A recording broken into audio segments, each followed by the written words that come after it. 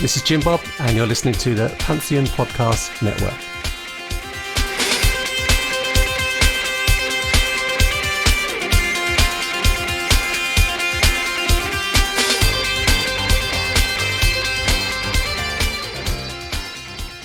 Hey, I'm Nick DiMatteo, and welcome to Season 5, Episode 44 of Music is Not a Genre, MxG. Thank you, as always, for watching and listening. Please support this podcast at patreon.com/@musicisnotagenre. I'm going to say it one more time, and then I'm going to ask you to pause, whether you're watching or listening, and to go over there because you get to try it for free. Patreon.com/@musicisnotagenre. And then go to membership or whatever it is. You get to try it for free for a week.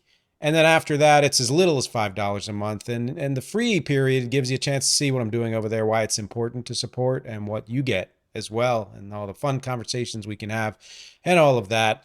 Please also go to youtube.com/@musicisnotagenre, where if you're just listening, you get to see videos for every single one of these for free, also for free. And there are 600 plus videos. It goes well beyond just these podcast episodes. You get live music and all of that stuff. So youtube.com/@musicisnotagenre. My website is nickdimatteo.com, where you get everything. Get absolutely everything. And if you do /contact, or just hit the contact button on the bottom of the page, or several other places, you get a free newsletter that I put out a few times a month, and get to keep in touch and ask me questions. And then, as always, please listen to and support my band REC, REC, which you see here if you're watching behind my new setup, recarea.bandcamp.com, or wherever you stream music. Let's get straight into the topic. This is Death is Dumb, Volume 12, George Michael, Burn That Acoustic Guitar. So a couple of things here. First of all, before I really do get into the topic, I want to say that we're coming up on the 200th something for Music is Not a Genre. I don't know how to classify it. You can't say episode because some of those have been podfests, but I count podfests because those are mini episodes. And because this started out in a weird way, I'm not exactly sure what the exact 200th of anything is, but it's coming soon. It'll be before the end of this season. And I'm not sure how I'm going to celebrate or what I'm going to do for that. But if you have suggestions, let me know. I would love to hear from you. And the second thing is, as you can see, I've got a bit of a new setup here. If you watched last week's episode, which was my interview with Scott Shea, I believe in that one, you may have seen the microphone. And it's just something I'm doing now because I like to try to mess with the setup as much as I can to improve sound quality and video quality and just all, the tech quality in general, which is something I try to do, a season after season. This is as much as I can do at the moment, though, without your support. So please, again, go to patreon.com/@musicisnotagenre, or find some other way to support. If you want to go to recarea.bandcamp.com and buy the music, that's another way to do it. It's a one-time thing, or you can have a membership there too if you'd like. But hopefully what I'm bringing you is already quality, but I would love to bump this up even more. I come from a film and a recording and, even a little bit of radio background. So I have an understanding that what I'm doing now is good enough. But it's not as good as I would like it to be. So I'd really love your help with that. So now, finally, let's get to the topic. A note on the title. George Michael, Burn That Acoustic Guitar. First of all, this is the 12th, the dozenth version or episode, a volume of Death is Dumb. If you don't know my Death is Dumb series, there's a playlist on youtube.com/@musicisnotagenre with all of them. Please go check it out. There you'll get the 11 other episodes of this and see who I have paid tribute to and why I call it Death is Dumb. I will point that out a little bit later on with this because I do in every Death is Dumb episode.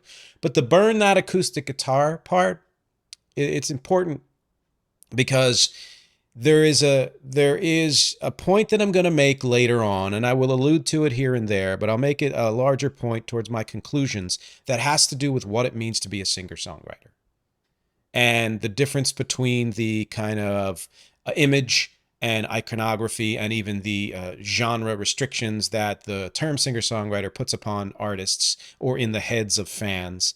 and the actuality of being a singer-songwriter and what variety there is there. So just keep that in mind. Now, why is George Michael my 12th victim here for Death is Dumb, 12th tribute?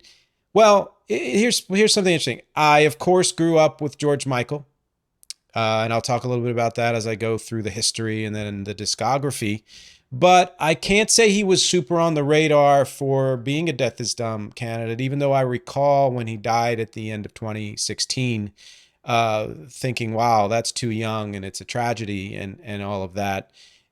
He had fallen off the radar for me as a performer long before then. And then I watched with my wife 2 documentaries back to back. Wham, I think it was called, from Netflix, and then Freedom Uncut. And I'll talk a little bit about those later on. And that reminded me what an important artist he was, and even that I had a personal connection to him. And that's really where these Death is Dumb, episodes come from. Is there are hundreds, thousands, who knows how many tragic music deaths, and we're just limiting it to music because it's a music podcast. And I'm not going to do an episode for all of them. I need some kind of an impetus to say, oh, this hurt me, or I feel it in some way, because it gives me an opportunity to put more of myself into the episode and make it more personal, which is what I like to do with every episode. So that happened with George Michael after I saw the documentaries. I also had to kind of let go of a bias that I had held, having been impressed by him in the late 80s and early 90s in particular, and through the 80s, as being just this phenomenal pop star, and then kind of losing touch with other things that he was, and other things he tried to do or did do, and things that happened to him, things that he did outside of the music world or outside of creating music. And having been reminded of that through the documentary, I think it made me realize that it's actually kind of vital that I am doing an episode on George Michael, partly because of that subtitle, Burn That Acoustic Guitar. So let's get into a little history first. And as I always say, I'm not, although I do get a lot of my notes from Wikipedia and several other sources, I am not Wikipedia, and Wikipedia is there. And so many other sources are there for you to look up and find the more detailed information. That's really not my purpose here, but hopefully I give you enough of an overview that if you remember George Michael, some of it you'll say, oh yeah, or maybe I didn't know that. And if you don't, then you'll have a kind of a picture. He was born in 1963 of British person, of course, of Greek and English descent. His real name was Georgios Kyriakos Panayotou, I believe. And he started, he was into music and had a long time, a childhood friend in Andrew Ridgeley. And then they started the band Wham. Wham! I have to say it like that because there's an exclamation point at the end of it. In 1981, and they did performances and singles and some videos and TV stuff like that. And Andrew Ridgeley was hugely involved in the creation of all of that early on, and was not just a sidecar the way a lot of people think of him. They released their first album, Fantastic, in 1983, which made an impact in England, in Britain, and then Make It Big in 1984, which did cross over to the States in terms of impact, and then Music from the Edge of Heaven in 1986. There were only 3 official Wham albums. There were,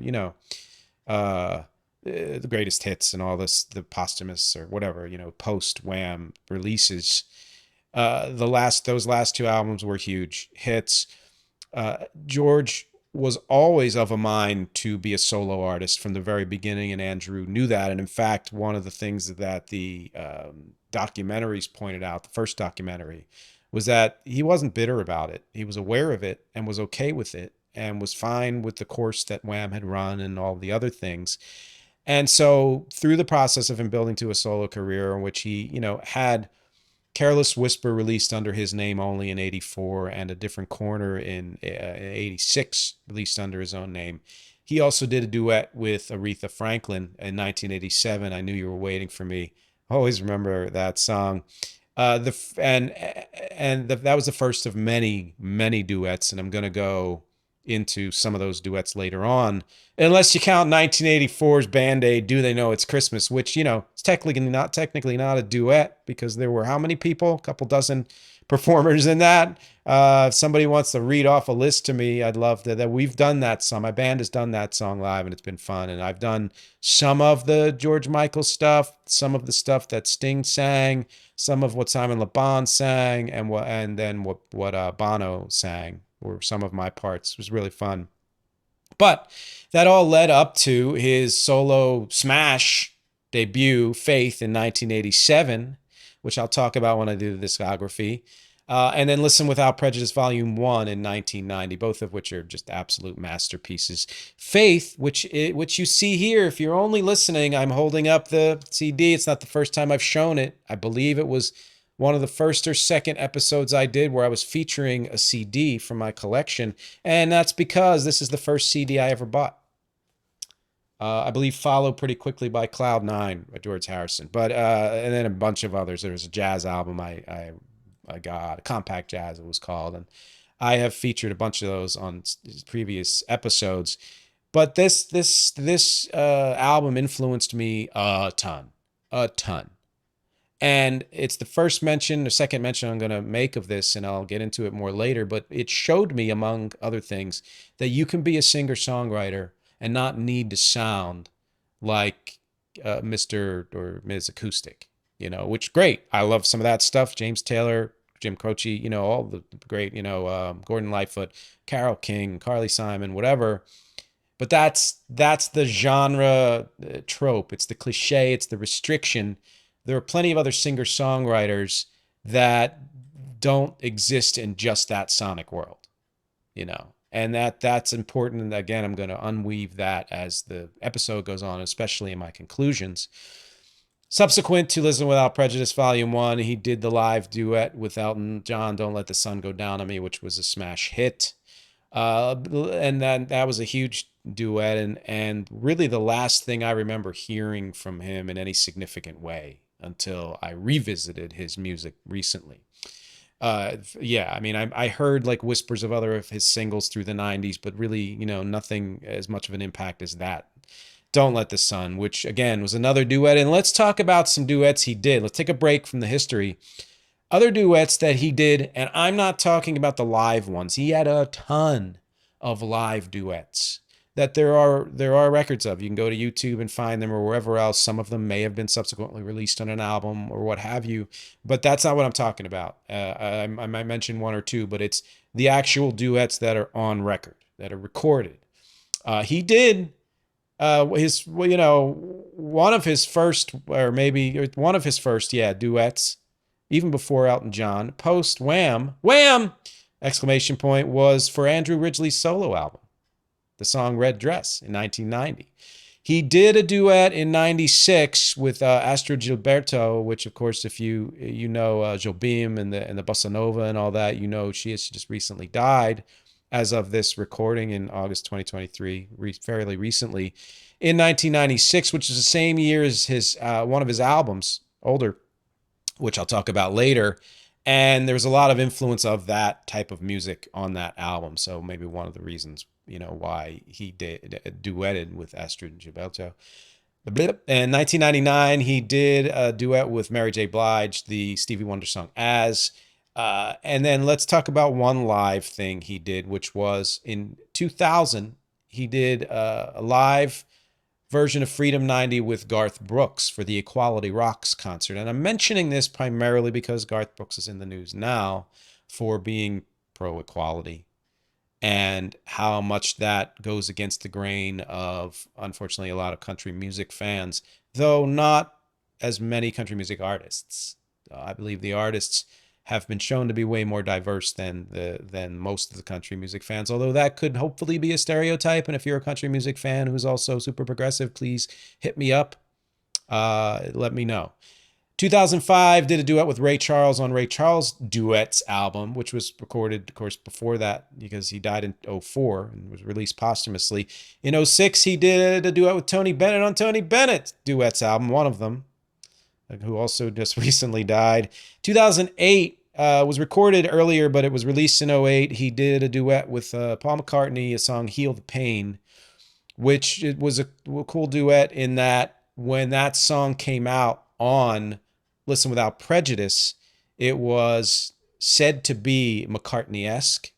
So then it all comes back around almost 20 years later, 15 to 20, and he does it with McCartney in actuality. And I'll talk a little bit more about it when we get to that point in the discography. And then he did a duet with Beyonce in 2009. And those aren't all of them. Again, long list of live duets, and then a few other recorded duets. He did backup vocals and co-writing and co-performing credits on some other people's things, especially in the 80s. Now let's get back to the history. And I'll expand again on the releases when I do the discography. After 1990, he got involved in a legal dispute with the record company because he felt he didn't have enough autonomy and control over his material. And unfortunately, it was a years-long process in which he lost. And he put his solo recording career on hold for like 5 or 6 years. And it's unfortunate. He is said to have regretted it, but at the same time, I think that he pushed forward things that eventually did happen for many artists, although we know the kind of ebb and flow of the pushback of this. We see it in society with economics and politics, and how sometimes, the less fortunate of us are up and sometimes we're down, and that's happened in the record business as well. But with people like him and Prince fighting for more autonomy and other artists doing that, there was some progress made, then some step backs, then some further, whatever. And then the internet came and and now we're all in trouble because of streaming. But that, again, he did release 3 singles for the compilation Red Hot and Dance, which was one of the AIDS charity albums from the Red Hot group. And I was into that series. I remember Red Hot and Blue was my favorite. And one of the 3 singles, he did 3 singles, and one of them was Top 10, which is Too Funky. And I actually remember that song. So that may be the last song of his that I remember concurrently, as far as when it existed, when it came out. And then it wasn't until 1996 that he released another album, and it was the album Older, which, when you think about it, he was what? In his 30s? Would he have been 32, 33? Sure, older, but come on, right? But he understood that happens in the pop world, where people start to say, oh, maybe the world has passed you by and trends have passed you by, although it was a successful album. And more successful in the UK and Europe, which happens to so many artists. Talked about that when I talked about the Bee Gees, because the US is more fickle and doesn't really... it's not as loyal to its artists. Most of the people I talk to in the US, band members even, it's amazing how they talk about their favorite bands. Oh, they were great when they put out this one good album or 2 or 3 good albums, and then blank. And that has so much to do with the world passing them by and it coloring our perception of it. And if you were to really listen to the chronology of an artist, you would see the ebb and flow of their talents, of course, in some ways, but honestly, it's mostly just a building and changing and growing, and in many ways often getting better. And it's disturbing to me that we throw people away and artists away so quickly if they're not at the top of the charts. But anyway, so 1999, George Michael released an album, Songs from the Last Century, which was a covers album. Again, I'll get into that in the discography. 2004, he released Patience, which was his final album of original material. And then he did a lot of singles after that, which I'll get to. And yes, he had a lot of, emotional issues, substance abuse issues, which of course they're related. And some of that had to do with the fact that he, was gay and did not come out for several years. And there's a real discussion about that now, where, younger generations don't understand why people in older generations didn't just come out and kind of stand up for the rights. And it'd be hard to explain and some did, but it would be hard to explain the culture and the pressure and the different climate in different decades that anyone who came out at all at any point, first of all, it was huge news. It was unfortunately often a scandal, but it was huge news, which these days, it's news sometimes. Sometimes it's not news at all. And that's such a different world. And I'm glad we're here, and I hope it gets even better.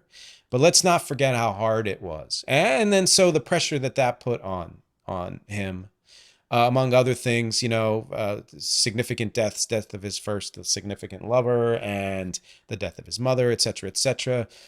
There's so many things that went into the troubles that he had in life, and his 1998 or 7 run-in with an undercover cop in a bathroom stall, solicitation, blah blah blah, and the craziness with that, how wonderfully well he handled it, even releasing a song about it that was kind of a jokey song. Like, he was just on the up and up, but it took its toll. And he was in and out of rehab and off and on drugs and substance abuse for his entire life, and towards the end was making a comeback and making a doc, which I'm going to talk to about in a second. In the same way that kind of Michael Jackson was on his way to a comeback, a series of comeback concerts right before he died. And then on Christmas Day, 2016, ironic considering Wham's most famous song these days is probably Last Christmas, death due to heart and liver issues, which you could say was a byproduct of the abuse that he put on his body all those years, but it could have been also a genetically part of that. So it wasn't directly a death by drugs, but major health issues. I believe he died in his sleep Christmas Day. So let's get to the discography. And yeah, Death is Dumb, and it sucks. And I'll talk a little bit more about that as I get to that period in his career.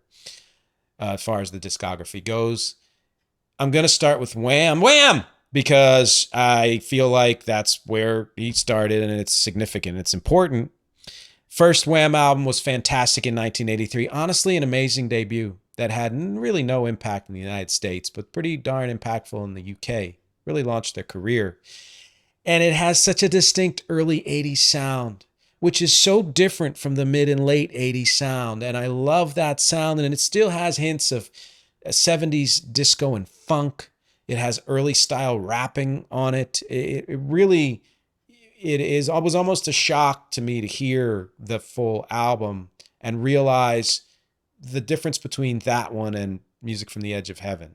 It's not night and day. There's a flow, there's a kind of progression there, but just that knocking out the park, that kind of early 80s, especially early 80s, UK, European pop sound.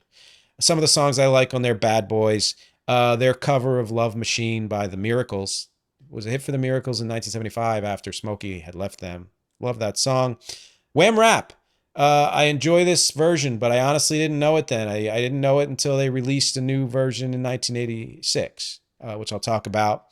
Club Tropicana honestly sounds like there's a couple of songs on Chicago's album from, I want to say 79, 78, but one of those, 12 through 14, one of those albums, horns and obviously and everything, and has that disco feel to it. It's amazing how much this song, Club Tropicana, sounds like some of that Chicago stuff. It's kind of cool. If you can understand the context of it and the current kitschiness of it, I find it to be a pretty cool song. Young Guns Go For It, another good song. Make It Big 1984 album is exactly what happened. It's when I became aware of them. It's when the U.S. became aware of them in a significant way because of songs like Wake Me Up Before You Go Go, which was something I enjoyed that song at the time. Everything She Wants I even liked even more than Wake Me Up. Freedom, the first Freedom, I Don't Want Your Freedom. Great song. Careless Whisper, which was released under his name only, even though it was them. A beautiful song. It kind of is like True Colors and Time After Time, in terms of that type of ballad impact, but more soulful, And it's the bridge album really between the early and late 80s. It has, little bits of the early 80s still in there and things to come, on it. And what was to come was Music from the Edge of Heaven in 1986. Songs I like from there, another huge album, even huger, I think, in the States than Make It Big. The Edge of Heaven. Battle Station's very cool. I hadn't really heard that until recently. I'm Your Man, of course. Wham Rap 86, of course. And, of course, Last Christmas, which is just iconic now and it's classic now. And I did an episode on this album, actually, and that song for one of my annual Christmas episodes a few years ago. Season 2, maybe? I can't remember. Maybe season 3. So that leads to Wham breaking up. They knew it was coming, so they planned for it. Faith in 1987. Here we are. Again, I'm pointing it out. I'm Vanna Whiting my Faith, just so you understand, people who are watching, how important it was to me. The whole first side is incredible. Just forget it. The whole first side is incredible. But I remember being blown away in particular by Father Figure. The feel of it, the sound of it, the lyrics of it. It's one of my top favorite songs from the album. One More Try, closing out that side, is similar to me to Kissing a Fool in that it is a throwback song to an earlier age of music. And when he did it, I was like, wait a second, a mega pop artist can do that? You can go to that kind of music in the midst of doing this kind of funky pop stuff? Okay. And then I wrote a song subsequent, which was inspired by that and the Harry Connick stuff from When Harry Met Sally called Is It Hot in Here? Is It Just Me? And wrote a few others, but that one in particular. And I attribute that in many ways to the stuff that George Michael was doing. Monkey is my sex. So Monkey and Father Figure are, I think, my two kind of secret favorites from this album, although you can't knock Faith, of course, and the rest of side 1 and I Want Your Sex. Yeah, of course. But those are the ones that if I'm going to listen to this album now, I'd go to Monkey and I'd go to Father Figure, Which brings us to his last super smash in the States, Listen Without Prejudice Volume 1, released in 1990. I had somewhat moved on by then, but thankfully the world hadn't, and especially the States hadn't, and it was a huge hit. And it was yet another revolution. You can't call any of these reinventions because it's really kind of a through line that he had from the very beginning of the 80s through his whole career of stuff that he was interested in and stuff that he did. It would pop in and out and would have different levels of emphasis, but it was all kind of this through line. And yet, every time, from each Wham album to Faith to Listen Without Prejudice Volume 1, the things he did made such a huge impact each time. I loved revisiting it because I hadn't actually heard all of the songs until we watched the documentaries, and then I re-listened to the music, which, by the way, just to make a note, that first documentary, Wham, and the second one, Freedom Uncut, had, things in slight overlap, but not much. And I recommend watching them both back to back in that order because it really gives you a history of, well, it started with Wham and then what happened with the, solo career. It doesn't get down and dirty, nitty gritty the way, behind the music and that crap does, which has more to do with, I think, salaciousness than it does the music or the musician.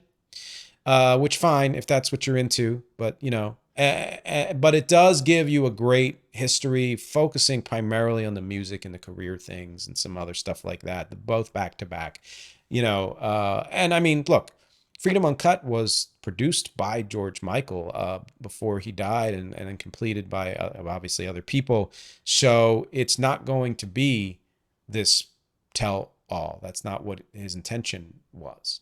Anyway, back to Listen Without Prejudice, Volume 1, Praying for Time is like it's kind of his John Lennon song. Beautiful song. Freedom 90 we had in our wedding mix. And that's just a classic now. And the video is a classic. And the image busting, which had to do primarily with I'm not the guy from Faith anymore, I'm doing this. And I'm going to burn the guitar and there's the taking off the leather jacket or whatever. And I believe he wasn't even in that video, but I think it also had to do with a musical, again, not reinvention, but moving on. And I'm going to talk about that and how it relates to being a singer-songwriter a little bit later on in this episode. They Won't Go When I Go, which is a Stevie Wonder cover. Again, I hadn't heard it till recently, and it's just freaking incredible. I remember I started listening. I was like, wait, I know this song. It's because I know the Stevie version. And I'm like, well, his version is just so good, and Stevie loved it too. Waiting for That Day, excellent. Heal the Pain was the Beatles-esque song and just a fun song, a beautiful song too. And I'll talk about that a little bit more when we get to his 2000s career. And then the big break, all the legal troubles, playing live, doing the Red Hot, all that stuff in between. And then he releases the album Older in 1996. I don't think I heard any single one of these songs when it came out. If I had slightly moved on in 1990, by 96, I had fully moved on. And the thing is, and more than me moving on, it's that the US had moved on. It was a big hit in Europe. Huge hit, actually, this album and so many of the singles. Not as much or so much or much at all of an impact in the United States, which means our exposure to it was a lot less. And back then that mattered because you couldn't just go onto the internet and you read, oh, somebody you like released it, which I do so much now where I'm like, oh my God, one of my favorite artists released an album and I don't know about it. Why? Because the media in the US isn't talking about it at all. But where they released it, and it's like huge in like the UK or Germany or wherever, or France, it's a big hit and should be talked about here. But again, it's just one of the distasteful things about music fans in this country. And again, I'm not categorizing all of us as that, but people who tend to be kind of fly by night with their tastes bothers the hell out of me. It really bothers the hell out of me. And I will probably do an episode on that at some point in the future. But anyway, I really didn't know any of the music from Older. It has a very jazz and, Jobim Bossa Nova kind of influence to it. More organic instruments, though there's not totally. There's some electronic and kind of dance and, that kind of funky stuff as well, programmed stuff. But much mellower than anything he had released prior to that. Fast Love Part 1. Oh, I like that song a lot. Spinning the Wheel. Great. Love it as well. It Doesn't Really Matter. I like that song. Free is very cool because it is a straight up mix up of jazz and electronic, kind of like acid jazz. And I think it's just an instrumental. Really love that song. I really like, it's a good song to kind of put on in the background when you want to chill but feel good about it.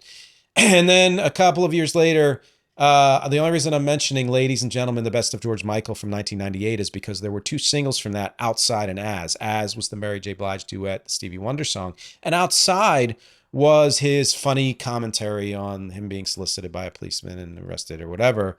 And the fact that he comes right out and says, this is how I'm going to handle it. Beautiful. And I saw part of the video of it, and it's very cool. Following year, he releases songs from the last century, 1999. Again, never heard a single thing from this. I'm not a fan of artists doing a tribute album to the Great American Songbook. I'm just not, because artists rarely do anything interesting with those songs. They either take them so far off form and try to Rod Stewart them that they're hard to listen to, or they try to be too faithful to the originals. So the thing is this. You can't deny that his voice is incredible and that the choice of songs and the arrangements are absolutely super tasteful. When you talk about a jazz version of Roxanne and, a few other non-American songbook standards like Miss Sarajevo of U2. But again, this is just not my bag. And yet, if you're into pop artists doing jazz stuff, I do recommend it. And then wasn't until 2004 that he released another full album, and it was his final album. It was original material, and it was called Patience. And I was not even aware that this existed. I'm sure at some point I knew it existed, but I fully forgot. This album actually reminds me a lot of Robin Gibb's solo album from the year before, which it has that kind of R&B, there's some hip hop, there's funkiness to it, there's some rock to it. It's a little less mellow than 1999's album and even a little less mellow than Older from 1996. It's a nice progression, honestly, and an album that I actually really enjoyed listening to. My favorite songs, Patience, amazing. Cars and Trains, cool. Shoot the Dog, very cool. Flawless has a lot of energy to it, as does Precious Box in a more haunting way, but very, very cool. Freak '04, compelling, and Through is really nice. A nice song. I hope that wasn't a typo. I just have the word through there. I don't know. You tell me if I screwed that up. But that was his last album. 12 years before he died. What did he do? Well, he released a lot of singles and dealt with a lot of other substance abuse and things like that. And he did do some live stuff, but not a ton. So subsequent singles post that album. An Easier Affair 2006. I really like this song. Never heard it, just listened to it. Absolutely love it. And what's funny is America knew nothing about it. But it was a a number one hit in guess which two countries? Italy and Hungary. Now, I happen to be half Italian and half Hungarian. So is it a coincidence that I happen to love this song? Yes, it is actually. But it's also a pretty cool coincidence. Very fun. Heal the Pain, I talked about before. McCartney-esque. So what did he do? 6, I believe, in that area, re-recorded it with McCartney. And they released it in '08. I love this version.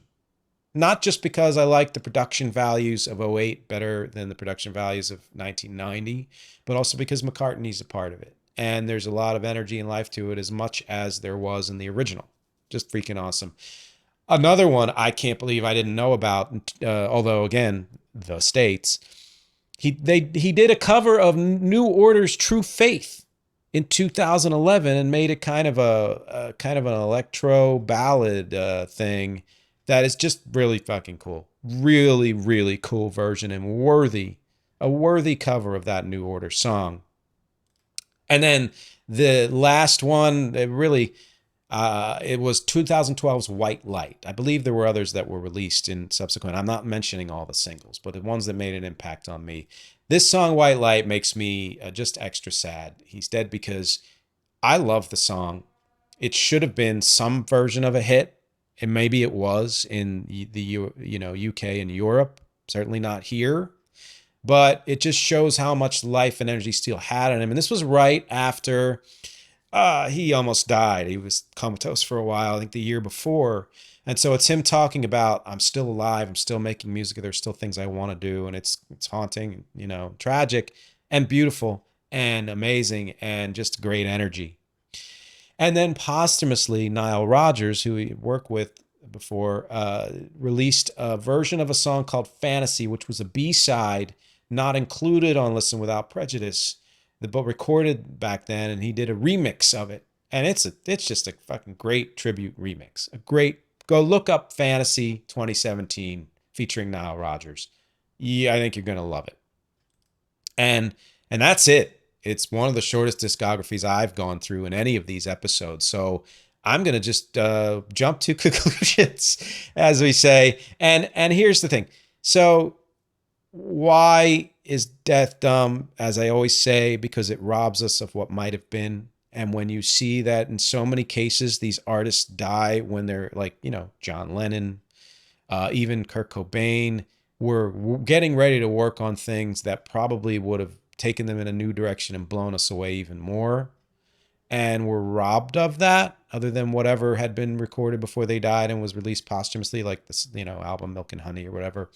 It's a shame that somebody was so full of life, so full of love, really. Love for people, love for music, and so sensitive and so vulnerable, which is probably partly why he, went towards substance abuse and had mental health issues, because it's hard to be that vulnerable and sensitive in the world and not have it have an impact and have to find ways to cope. And we don't always find healthy ways to cope. And when you see the documentary Freedom Uncut and you understand that it was his statement of saying, I am back and I am ready to go. And then he does go, but in the totally wrong way. It really, that's why I'm doing this episode. It's why I'm doing it. And his dad is still alive. Holy shit, right? I mean, his mom died in 97 and one of his sisters died subsequent to his death, and they think it was of a broken heart, among other reasons. But his other sister is still alive. His dad is still alive as of this recording. So there are people, dealing with mourning his loss, and as any fan is as well, though not certainly as much as they are. And then, of course, yes, it's just a statement about the fact that he was gay, and his struggles with coming out. And I will say again, if you didn't live through that time in a sentient way and you're older enough to understand what was going on, you don't realize how hard it was to live that way, to honestly live with any part of yourself that was against the norm and not be able to talk about it and tell other people about it. Or you could tell one person or run the risk of telling somebody and they blab to somebody else, like things that do still happen today, especially in certain areas of the country and the world. But we're fortunate in that there are so many areas of the country and the world where you can just say at a pretty early age and to a very wide group of people, this is who I am, and find a large amount of acceptance. You'll find pushback, you'll find bullying, you'll find hate and all that too, but you're going to find more acceptance in a wider way than you would have in the 80s, 90s, and before then, So let's understand that that's the culture that he was living through. And the fact that he came out, Ellen came out, around the same time, like all of the people who were brave enough to finally do that, even though many of us already kind of knew, well, that was probably the case, just shows that these are important steps that happen along the development of issues like this. But the biggest takeaway for me, because this is mostly about the music, is what I've been alluding to since the subtitle of this freaking episode, and that is being a singer-songwriter. When I say that, what do you think of? You think of a person sitting with an acoustic guitar or behind a piano, almost exclusively those two instruments, singing their heart out in an intimate way about something personal, right? I have said so many times, no matter what the episode was, that is so far from the breadth of what being a singer-songwriter is. I remember when I started out thinking that if I was going to be a singer-songwriter, I had to do that. And fortunately, there were people like George Michael and Prince and others who showed me that no, you don't. You can sound like whatever you want to sound like, and you're still singing and writing these songs. So again, fairly early on, I jumped from that kind of, oh, I can only be this, to being, no, I want to be whatever I want to be, which was a little bit of everything in so many ways. And that faith showed that. Like I said, I think it's interesting that when he went solo and wanted to be taken seriously, he first threw the acoustic guitar up as the symbol, faith. Think of the video for Faith, so much acoustic guitar in that. And then think of how he was like, I'm more than just this. And we, little did we know, or maybe we did know, he was more in many other ways, but especially musically, I'm more than just this. And I can be a singer-songwriter that I want to be and not have to rely on the iconography and the cliche of the acoustic guitar. So I'm going to burn it. And yes, that was about burning his image as well and saying, this is me, I'm moving on. Guess who I am? But it was also to me about burning the tyranny of thinking that you have to have an acoustic guitar or piano to be taken seriously as a singer-songwriter. And also let's not overlook the fact how white that vision is. Other than the blues. We don't call blues artists singer-songwriters, and they freaking are, especially the pioneers and the second and third wave blues people. So much are, right? We say, no, that's a blues artist. Even Bonnie Raitt, and people beyond that. But they're also singer-songwriters. And that's the only, I think, exception to what I'm talking about, which is that's often largely acoustic-based. But we acknowledge them very often as both blues artists and singer-songwriters, even though we don't classify them in the singer-songwriter genre, which is a dumb genre to begin with. I understand why it needed to exist in the 70s and the echoes of it beyond that. I get that. Through the 80s, 90s, beyond. But let's understand that Stevie Wonder is a singer-songwriter, but he's classified as a soul artist and not first and foremost as an incredible fucking singer-songwriter, because the music doesn't sound like traditional singer-songwriter music. Neither did George Michael's. Tame Impala, someone I've brought up before, is a band, yeah, but it's one person. And that one person is a singer-songwriter, but classified as kind of alt, psychedelic, pop, rock, whatever. REC has been a band off and on, but it's largely just me. And I am a singer-songwriter. The majority of what I do does not sound like acoustic or piano-based singer-songwriter music. Sometimes when I perform, I do it that way because I like interpreting the songs in a stripped-down way. I don't very much enjoy recording them that way. And as you go through the catalog of REC, you absolutely hear that, but also absolutely hear that aside from the obvious covers, every single one of those songs I wrote and then produced in ways that sound nothing like traditional singer-songwriter songs. Maybe little hints here and there, like a song like Real Life or something like that.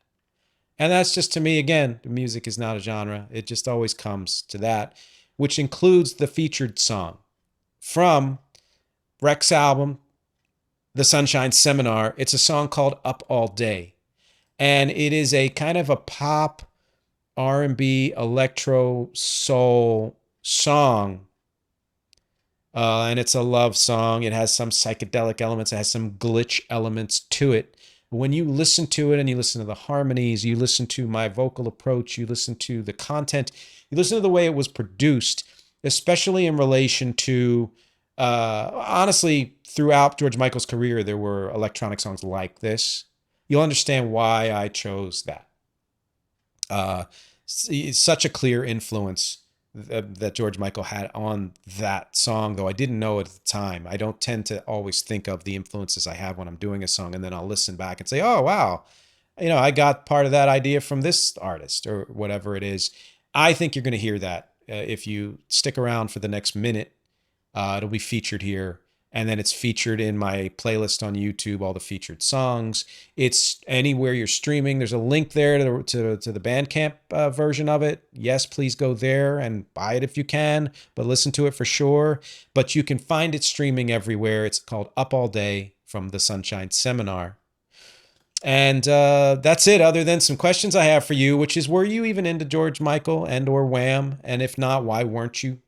If so, though, did you follow him throughout his career, or did you kind of drop out either After Faith or Listen Without Prejudice and Don't Let the Sun Go Down on Me or Too Funky and lost touch for the reasons that I discussed? Or, did you follow him throughout his career? What biases do you think you might have had about him because of who he was? Because of what kind of music he did? Did you think that he was just kind of this light pop person who didn't have depth and soul?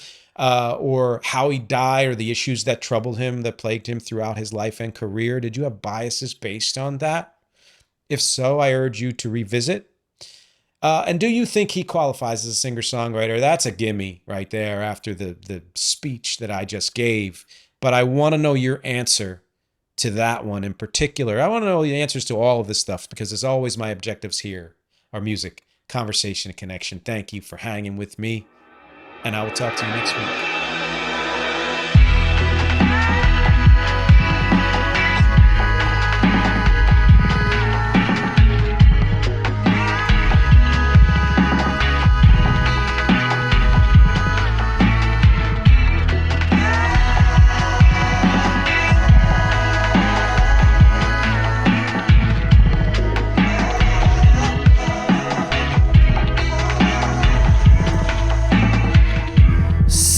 Sometimes in the middle of the evening, I find things aren't so bad.